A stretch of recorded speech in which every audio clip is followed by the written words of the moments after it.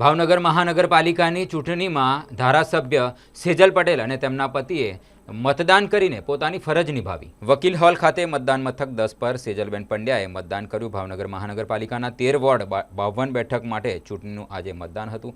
લોકશાહીના પર્વમાં તમામ લોકોએ મતદાન કરવા માટે મહિલા ધારાસભ્ય દ્વારા અપીલ કરાઈ હતી અને બંને જણા એક સાથે એટલે કે ધારાસભ્ય સેજલબેન પંડ્યા અને તેમના પતિએ એક સાથે મતદાન કર્યું। આજે સ્થાનિક સ્વરાજ્યની ચૂંટણી છે। છેલ્લા 30 વર્ષથી ભાવનગરમાં કોર્પોરેશનમાં ભાજપનું તે શાસન છે, ત્યારે આ વખતે પણ અમે દરેક વોર્ડમાં ખૂબ સારી લીડથી જીતવાના છીએ, એની અમને પૂરેપૂરી ખાતરી છે। ખૂબ નવા ઉમેદવારો પણ આ વખતે ટિકિટો મળી છે અને ખૂબ ઉત્સાહથી ભરેલા છે।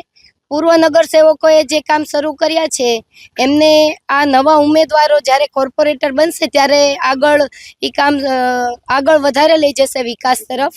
અને દરેક લોકોને હું નમ્ર વિનંતી કરું છું કે તડકો થાય પહેલાં એટલે કે સવારે 10 વાગ્યા પહેલાં ઘરના દરેક લોકો આજુબાજુ પોતાના જે પાડોશીઓ રહેતા હોય એમની સાથે અને પરિવારની સાથે તડકો ખૂબ થાય પહેલાં મતદાન કરી આવે। આપણો એક પણ મત પડ્યો ન રહે એ આપણી જોવાની દરેકની પોતાની ફરજ છે।